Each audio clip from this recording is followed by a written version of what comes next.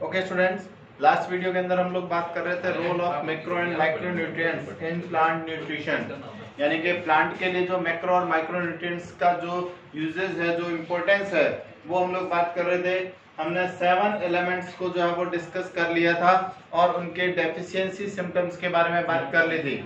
Total 17 elements के बारे में हमें डिस्कस करना है, जिसके अंदर मैक्रो और माइक्रो दोनों एलिमेंट्स जो है वो क्या होते हैं, साथ में होते हैं। तो हम एक और मैक्रो एलिमेंट्स की बात कर रहे हैं, वो है मैग्नीशियम। इंपॉर्टेंट एलिमेंट्स है ये प्लांट न्यूट्रिशन के लिए, बिकॉज प्लांट के अंदर क्लोरोफिल मॉलिक्यूल्स फॉर्मेशन के अंदर जो है वो इसका यूज किया जाता है। नाइट्रोजन और मैग्नीशियम ये दोनों ही मिल करके क्या बनाते हैं, ये क्लोरोफिल मॉलिक्यूल्स का जो है वो क्या करते हैं, निर्माण करते हैं। तो देखते हैं सबसे पहले ये कौन सी फॉर्म के अंदर जो है वो प्रेजेंट होता है। ये मैग्नीशियम कार्बोनेट यानी कि कार्बोनेट और डोलोमाइट फॉर्म में जो है वो प्रेजेंट होता है सॉइल के अंदर। प्लांट इसको एब्जॉर्ब करते हैं मैग्नीशियम आयंस फॉर्म के अंदर, यानी कि सॉइल के अंदर तो ये प्रेजेंट होता है आपके magnesium carbonate and dolomite form में। अब प्लांट जो है वो इसका एब्जॉर्प्शन करते हैं मैग्नीशियम आयन फॉर्म के अंदर। क्लियर है?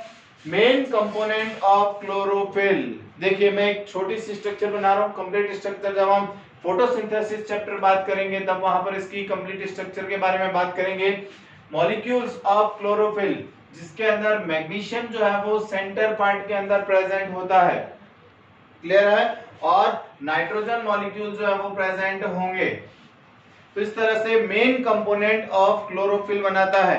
अब अगर प्लांट के अंदर मैग्नीशियम की जो डेफिशिएंसी हो जाती है तो उस कंडीशन के अंदर प्लांट के अंदर जो है वो क्लोरोफिल फॉर्मेशन जो है वो स्टॉप हो जाएगा। तो क्लोरोफिल का मेन कंपोनेंट है magnesium. Next, protein synthesis and photosynthesis के अंदर जो है वो हेल्प करता है। अब क्लोरोफिल जो कि किसके अंदर काम में आ रहा है, फोटोसिंथेसिस में काम में आ रहा है, तो क्लोरोफिल का मेन कंपोनेंट हो गया।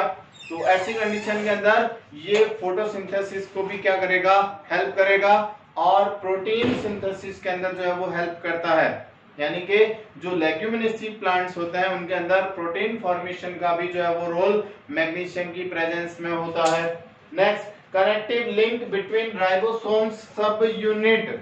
याद रखें, देखिए राइबोसोम्स जो होते हैं वो हमेशा सब यूनिट के अंदर प्रेजेंट होते हैं। लाइक इज आपने 17S राइबोसोम्स, ये S जो है वो एक स्वेटबर्ग यूनिट होती है। स्वेटबर्ग एक साइंटिस्ट का नाम है, इसके अकॉर्डिंग जो है वो हम S नोट करते हैं। तो जो 17S राइबोसोम्स होते हैं इनकी सब यूनिट होती है आपके 50S प्लस 30S। अब 50 और 30 तो 80 हो गए, लेकिन यहाँ पर सब यूनिट ऐसे काउंट नहीं करेंगे। तो 17S जो राइबोसोम्स होता है उसकी दो सब यूनिट होती है, एक 15S सब यूनिट एंड एक 30S सब यूनिट। तो ये जो दोनों यूनिट्स होती है वो आपस में जुड़ी हुई रहती है। तो किसकी वजह से, मैग्नीशियम की वजह से।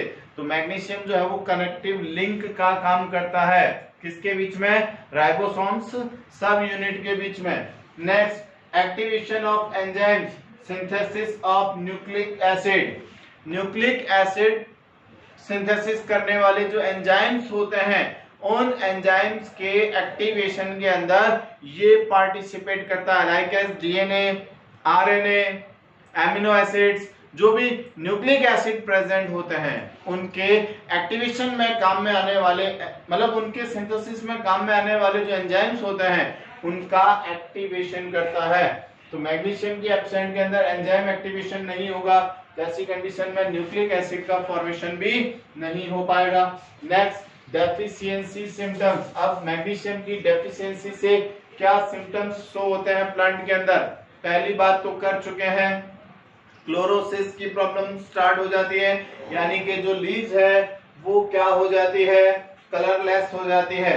और कौन लीव्स का भी कौन सा पार्ट, जो इंटरवेनम जो लीव्स होती है, यानी कि जो लीव्स की इंटरवेन्स होती है, जो अंतराशिराएं होती है। आपने पत्तियां देखी होगी, पत्तियों के अंदर आपको एक तो मेन वेन्स मिलेगी और साइड से जो है वो वेन्स प्रेजेंट होती है। इनके बीच बीच में भी जो है वो आपको छोटी छोटी वेन्स दिखाई देगी, इन्हें कहते हैं इंटरवेन्स। तो ये जो इंटरवेंस होती है ये क्लोरोसिस शो करनी स्टार्ट कर देती है। तो इससे जो पूरी पत्तियां हैं वह पीली पड़ जाती है, येलो कलर के अंदर चेंज हो जाती है। Next, formation of anthocyanin pigment. Magnesium की एब्सेंट के अंदर लीव्स में एंथोसायनिन पिगमेंट का फॉर्मेशन स्टार्ट हो जाता है। एंथोसायनिन पिगमेंट स्टार्ट होगा तो ऐसी कंडीशन के अंदर जो है कह सकते हैं कि ब्लू और पिंक स्पॉट जो है वो लीव्स के ऊपर बनना स्टार्ट हो जाएंगे। ब्लू एंड पिंक स्पॉट जो है वो बनना स्टार्ट हो जाता है। Next, rate of photosynthesis is decrease.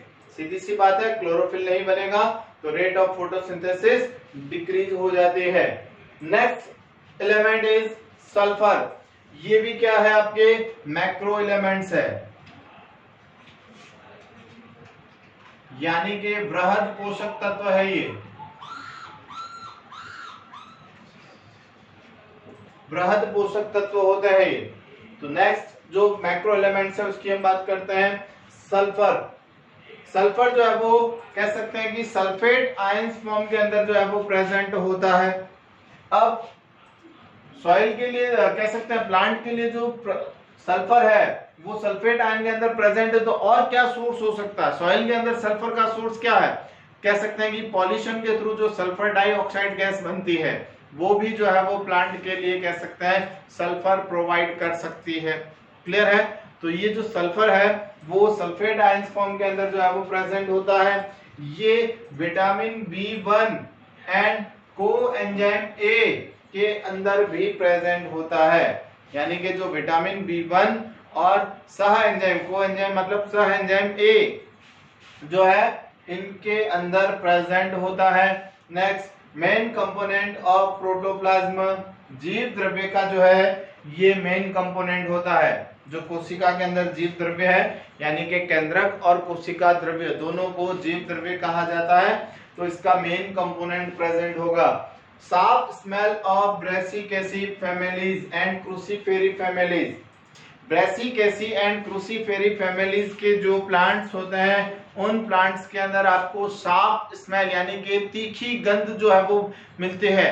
तो वो किसके कारण मिलती है? सल्फर के कारण मिलती है। जैसे कि आपने सरसों देखा होगा ब्रेसिकेसी के अंदर, ब्रेसिका प्लांट के अंदर उसकी जो गंध होती है वो बहुत तीखी होती है। सरसों का तेल देखा होगा, उसकी बहुत साफ जो है वो स्मेल होती है।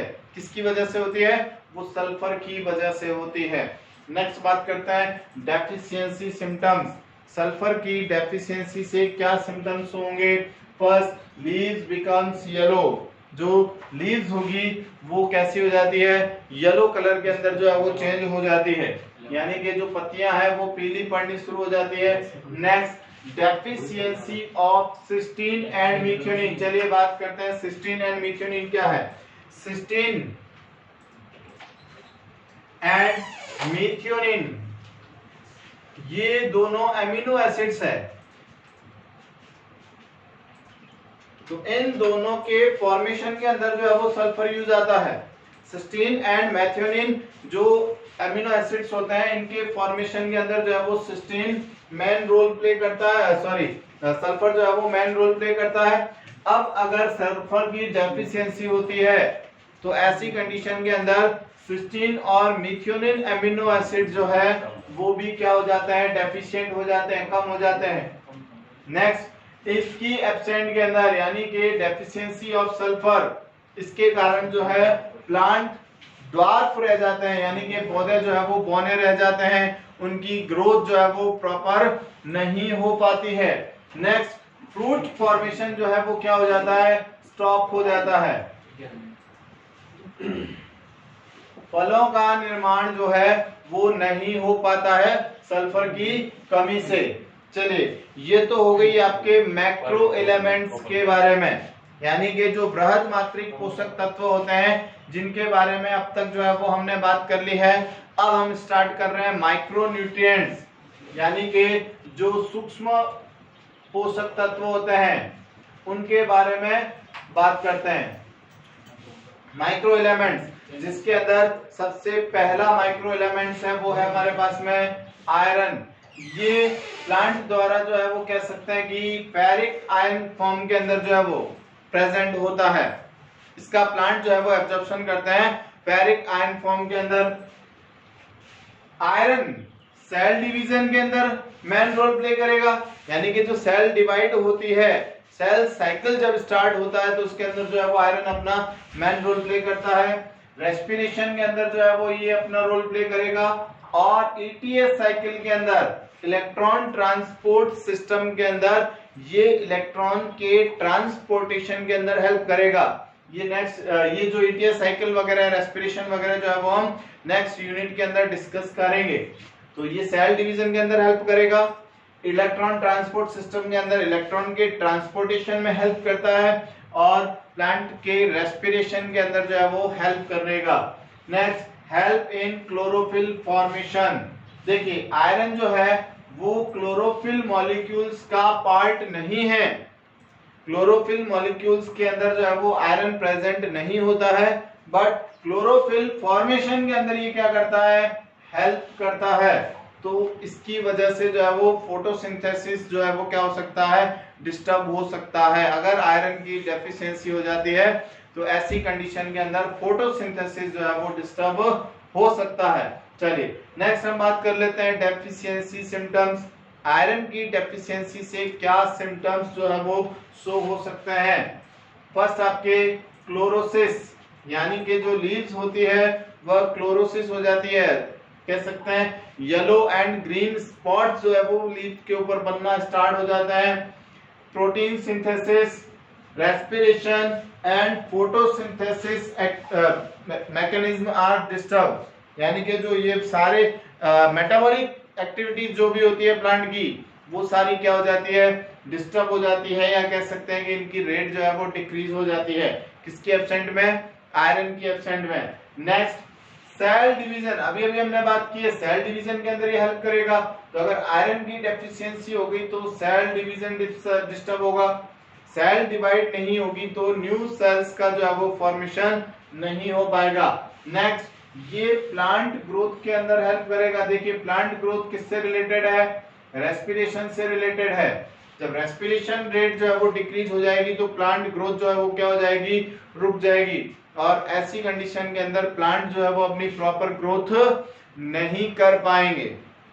क्लियर हो गई बात। तो ये जो है वो हमने बात की है आपके माइक्रो एलिमेंट्स के बारे में। और भी माइक्रो एलिमेंट्स है, लाइक 7 एलिमेंट जो है वो अभी हमें और डिस्कस करने हैं। उसके लिए जो है वो मैं एक अलग से वीडियो जो है वो बनाऊंगा। ओके, इस वीडियो के अंदर हम इन्हीं एलिमेंट्स के बारे में जो है वो बात करेंगे।